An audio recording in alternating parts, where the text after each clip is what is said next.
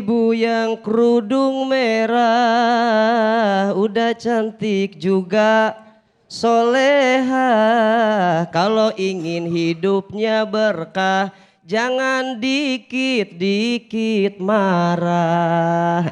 Itu buat ibunya, buat bapaknya ada. Oh bapak yang pakai peci, ganteng kayak artis di TV.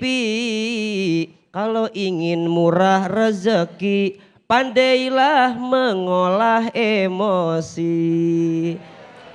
Luar biasa.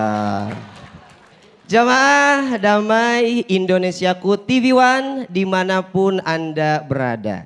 Dalam beberapa literatur hadis, memang ada beberapa hadis yang menyebutkan bagaimana bahayanya marah.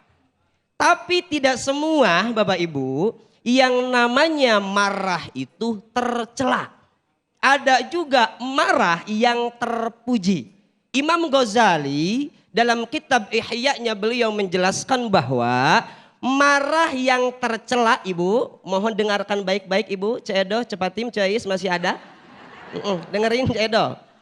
Kata Imam Ghazali, marah yang masuk dalam kategori tercela adalah marah yang mana marah itu masuk dalam kategori ifrat namanya. Apa itu ifrat? Wa ammal ifrat fahuwa an taghliba hadhihi sifah hatta takhruja an siyasatil aqli wa dini wa ta'atih.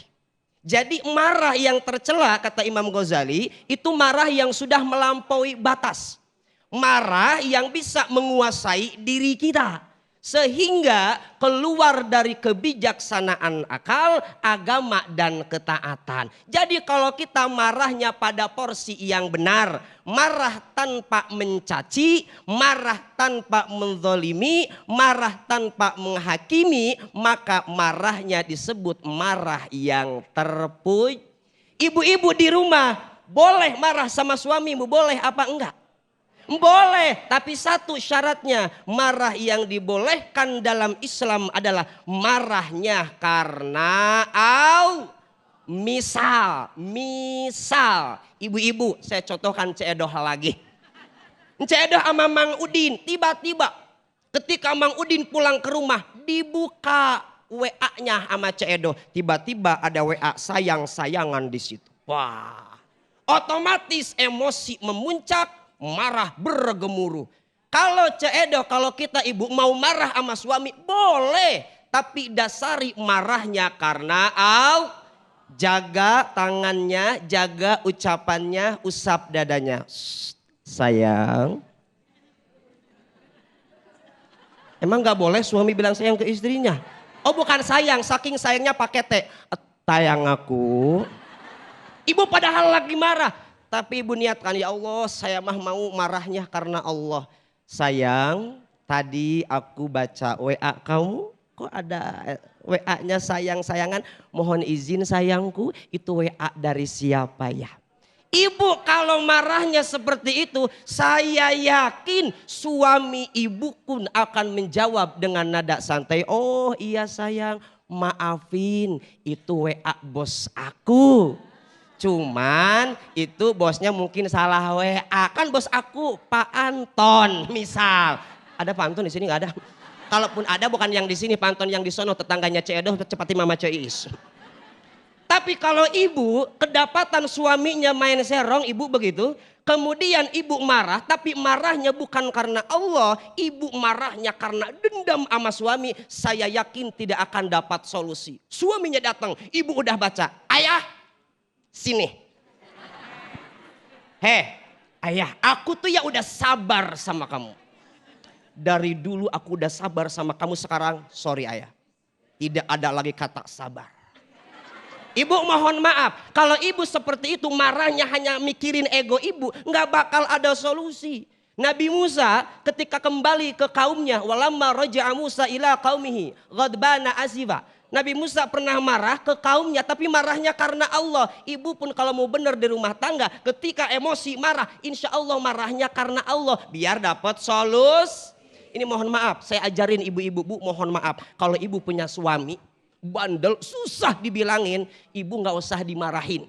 Ibu gelar sejadah, di sepertiga malam ibu angkat tangan, doa sama Allah.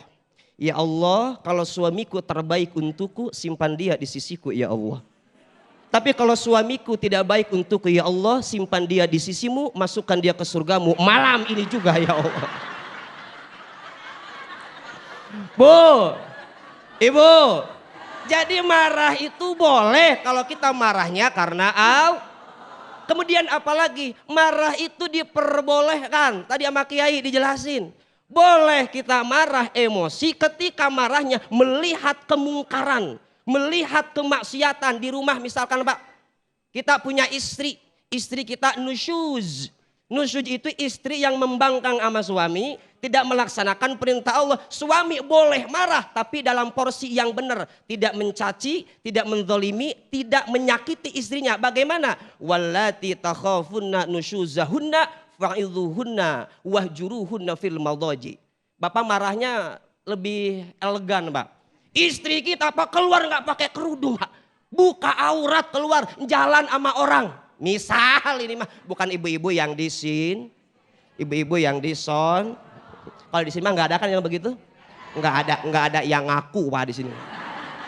Maka Bapak kuncinya fa'idhuhunna ketika istri kita nusyuz Pak, membangkang sama kita, nggak nurut sama kita dalam hal kebaikan, marah boleh tapi kasih tahu dulu, sayang mohon maaf, kamu kan istri aku, kamu istri aku kan sayang? Sayang maafin ya, aku hanya menyampaikan apa yang disampaikan oleh Kiai Fikri, nggak boleh sama suami begitu. Nggak mempan Pak begitu. Fahjuruhunna fil madaji. Pisahkan tempat tidurnya dengan kita Pak. Sayang malam hari ini mohon maaf ya, kamu tidur di kamar sebelah. Tapi nggak boleh kita misahinnya pisah rumah. Wala tahjur illa fil bait. Nggak boleh kita pindah ranjang sama istri tapi rumahnya pisah. Jadi boleh marah yang pertama karena Allah, yang kedua karena ada kemaksiatan, kemunkaran di depan kita. Wallahu a'lam bishawab. Baik, Masya Allah, terima kasih Ustadz Encep yang sudah memberikan tausiah, melengkapi tausiah di siang hari ini. Bagaimana sesungguhnya marah itu boleh ya Ustadz ya? Boleh. Tapi tetap dalam ada rambu-rambu yang itu tidak menyakiti ya begitu. Betul ya Ustadz. sekali. Termasuk ketika kita melihat kemungkaran.